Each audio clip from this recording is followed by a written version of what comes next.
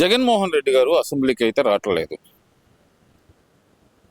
కానీ రేపు జరగబోయే సార్వత్రిక ఎన్నికలు ఏదైతే గనక సంస్థాగత ఎన్నికలు ఉన్నాయో వాటిల్లో మొత్తం ఏకగ్రీవాలు కాకుండా ఆపాల్సిందే, మీరు పోటీలో ఉండాల్సిందే, ఎవరు పోటీ చేయకపోతే ఆ ప్రాంత ఎమ్మెల్యేని పక్కన పెడతాను అని చెప్పి వార్నింగ్ ఇస్తున్నారు. ఇక్కడ శాసనసభకే రాని జగన్మోహన్ రెడ్డి గారు మరి స్థానిక సంస్థల ఎన్నికల్లో పోటీ చేయటం ఎందుకు అనుకోవచ్చు అంటారు?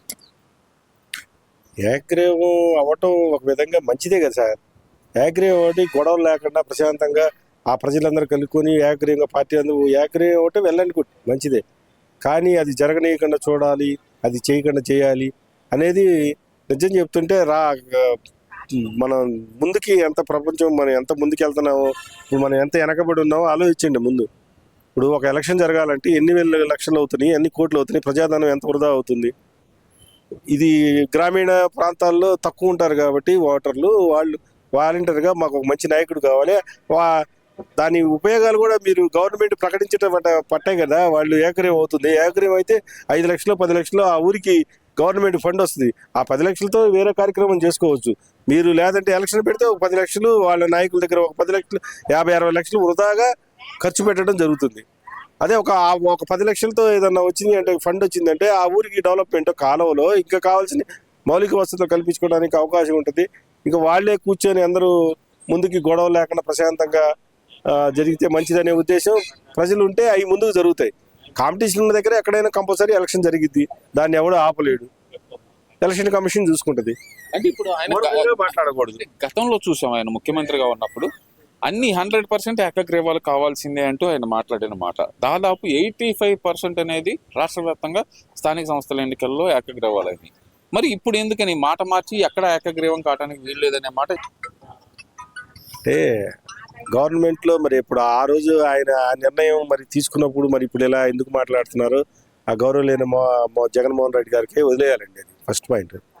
ఆయన మంచి జరిగేటి కాబట్టి కంపల్సరీగా మనం ఏకగ్రీవాలు అవ్వాలని కోరుకున్నప్పుడు ఇప్పుడు జరుగుతున్నాయి కూడా అట్లానే జరిగితే మంచిదని కోరుకోవాల్సింది పోయి ఇప్పుడు మనం మంచి చేసామండి, ఎదుటి కూడా అదే మంచి పని చేస్తున్నట్టే మనం అప్రిషియేట్ చేసి ముందుకు పంపించాలి. అట్లానే కానీ ఏదో మనం బురజల్లుదాలంటే మొన్న నువ్వు అంత చేసింది ఏంటి, ఇప్పుడు గవర్నమెంట్ చేసి తప్పు ఏంటి? అది తప్పుని ఎంచండి సార్. ఇవన్నీ వ్యతిరేకం అది చేసిన కరెక్ట్ కాదు. అంటే ఎందుకంటారు పదే పదే జగన్మోహన్ రెడ్డి గారు ఒక మాట మీద ఎందుకంటే స్టాండర్డ్ గా ఉండలేకపోతున్నారు అనుకోవచ్చు అంటారు? అధికారంలో ఉంటే ఒకలా, లేదంటే ప్రతిపక్షంలో ఉంటే ఒకలాగా ఆయన మాట తీరు ఎందుకు మారుతుంది అనుకోవాలంటారు? సరే మావిగన్ కదా సార్, మావిగన్ను ఎప్పుడు ఎట్లా ఉంటుందో చెప్పలేం కదా. గన్ను ఎటు కావాలంటే అటు తిరిగిద్ది. అది గన్ను కాబట్టి గన్ను కాబట్టి తిరిగిద్ది. అది తిప్పేవాడు మనోడు కదా, మనోడి చేతిలో గన్ను ఉంది, ఎటు కావాలంటే అటు తిరిగిద్ది. డిఎస్సి మీద నారా లోకేష్ గారు రాజీనామా చేయాల్సిందే అంటూ పదే పదే మాట్లాడుతున్న జగన్మోహన్ రెడ్డి గారు అదే అంశం మీద అసెంబ్లీకి వెళ్ళి మాట్లాడమంటే మాత్రం మాట్లాడలేదు. లేదంటే నాకు ప్రతిపక్ష హోదా ఇస్తే కనుక వాళ్ళు భయపడుతున్నారు, అందుకని ప్రతిపక్ష హోదా ఇవ్వట్లేదని చెప్పి ఒక మాట బయట చెబుతున్నారు. ఏది కరెక్ట్ అనుకుంటారు? జగన్మోహన్ రెడ్డి గారు భయపడి అసెంబ్లీకి వెళ్ళట్లేదా, లేదంటే అధికార పక్షం కూటమి ప్రభుత్వం భయపడి జగన్మోహన్ రెడ్డికి ప్రతిపక్ష హోదా ఇవ్వట్లేదు అనుకోవాలంటారా? ప్రజల మీద కోపంతో వెళ్ళట్లేదు, నాకు ఓట్లు ఇచ్చి గెలిపించలేదు వీళ్ళు, లేకపోతే గెలిచేవాళ్ళు. అర్థమైందా? అందుకని నా ఉద్దేశం అయితే అదే అనుకుంటున్నా. ఆ కోపంతో వెళ్ళట్లా. ఇప్పుడు లోపలికి వెళ్ళారనుకో, రమ్మంటున్నారుగా, నువ్వు ఎమ్మెల్యే గెలిచావు, నిన్ను గెలిపించారు ప్రజలు, వాళ్ళ కోసమైనా వాళ్ళ కొన్ని కోరికలు తీర్చడానికని నువ్వు అసెంబ్లీలో వెళ్ళి గలం అయిపోవాలి కదా. నీకు ప్రతిపక్ష హోదా ఉంటేనే నేను అసెంబ్లీకి వెళ్తానంటే ప్రతిపక్ష హోదా ఏమన్నా ఇదే ప్రెసిడెంట్ గిరియా నీకు? అదే కిరీటం అంటున్నారు. ప్రెసిడెంట్ కిరీటమా నీకు? అంటే అది ఉంటే కనుక మాట్లాడటానికి మైక్ చాలా టైం ఇస్తారు నాకు అంటున్నాడు కదా. సరే చంద్రబాబు గారిని రిక్వెస్ట్ చేయండి, ప్రతిపక్ష నాయకుడిగా నేను గతంలో మాజీ సీఎంను కాబట్టి నాకు టైం కొంచెం అదనంగా ఇవ్వండి అని రిక్వెస్ట్ చేసి స్పీకర్ గారి ద్వారా తీసుకొని మాట్లాడండి. అప్పుడు ఈయనప్పుడు చూడండి, అసలు ఇస్తారో లేదో తెలియకుండా నాకు ఇయ్యరు అంటే మీరు ఎట్లా? మీరు లోపలికి వెళ్ళకుండా నాకు అది ఇవ్వలేదు కరెక్ట్ కాదు కదా. ఇప్పుడు డిఎస్సికి ఏపీపీఎస్సికి తేడా ఏం లేదు, రెండు ఒకటే అని చెప్పి జగన్మోహన్ రెడ్డి గారు మాట్లాడటం ఎలా చూడాలంటారు అసలు? సార్ చదువుకున్నాను, ఆయన సీఎం చేసిన ఆయన డిహెచ్సికి యూపీపీఎస్సికి తేడా లేదని అంటే ఇంకా అసలు ఆయన విజ్ఞతగా వదిలేద్దాం సార్. మనం దాన్ని విమర్శించి దాన్ని పెద్ద చేయొద్దు అసలు. నాకు తెలిసి అయితే అదే సార్ ఆయన అన్నమాటే కదా సార్, డిఎస్సికి ఏపీపీఎస్సికి తేడా లేదు, రెండు ఒకటే కదా అని అన్నమాటనే నేను అడుగుతున్నాను సార్. అది గవర్నమెంట్ లో ఉన్నప్పుడు డిఎస్సి ఒకటే కాబట్టి ఒకటే ఎగ్జామ్ పెట్టు, ఒకటే టీం చేసి కంబైన్ చేసి, సరే ఈసారి అవకాశం ఇచ్చారనుకోండి ప్రజలు, ఆ పని చేయండి. మీరు ఇస్తే ఇప్పుడు ఇంకో విషయానికి కూడా వస్తే కనుక 2027 నుంచి నా పాదయాత్ర మొదలవుతుంది, మామూలుగా ఉండదు ఈసారి అంటున్నారు కదా. ఆ మామూలుగా ఉండకపోవడానికి గల కారణం ఏమనుకోవచ్చు? అంటే పాదయాత్ర మామూలుగా ఉండదు అంటారా, లేదంటే ఆయన ప్రవర్తన మామూలుగా ఉండదు అనుకోవాలంటారా? ఎలక్షన్ ముందు ఏ నాయకుడైనా చెప్పే మాటలు ఇవే సార్ కామన్గా.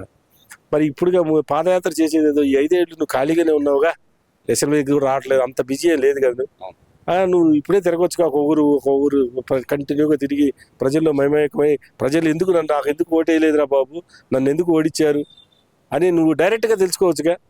నీ పక్కనుండే చెంచాగాళ్ళ వల్ల నువ్వు నష్టపోయావు, ఆ చెంచాగాళ్ళు చెప్పిందే ఇంకా ఏంటి అట్లా.